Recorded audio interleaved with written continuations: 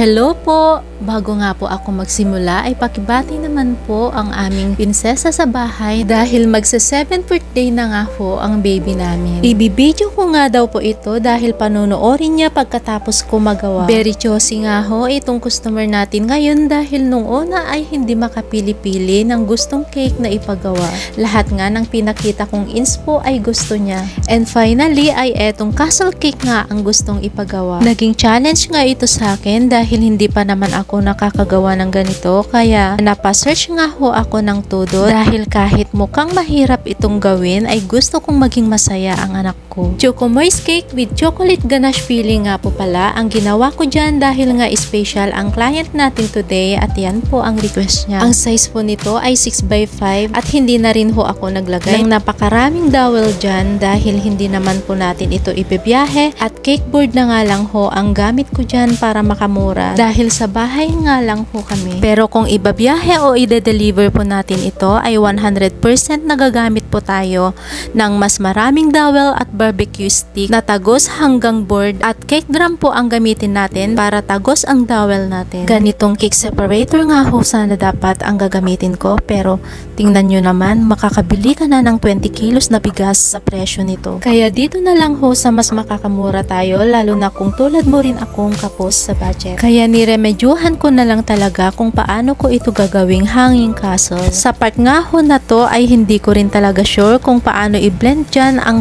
pink sa green at nagtiwala na nga lang ho talaga ako sa trust the process ng isang baker.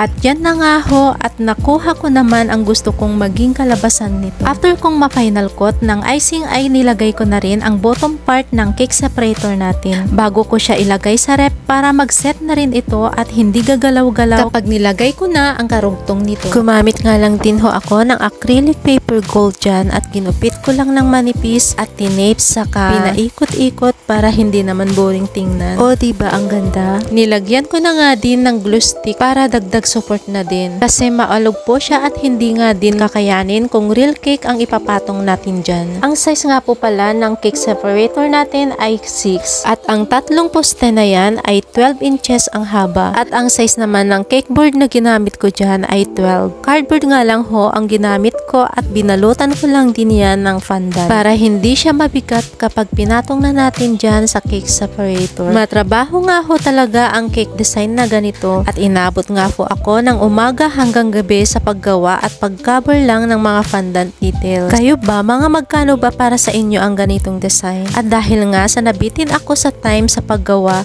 ay hindi na rin ako nakagawa pa ng princess figure sana na siya nga ang ilalagay ko sa gitna. Kaya flowers na lang ho ang nilagay ko dyan. Yung light din po na ginamit ko dito ay binili ko lamang din ho sa Shopee. Artificial flowers nga din ang ginamit ko dahil wala naman po tayong mabilhan na fresh flowers dito sa atin. At eto na nga ho ang final outlook ng ating cake. Sana ho ay may natutunan ho kayo. So ayan lamang po. Salamat. Happy birthday mahal ko!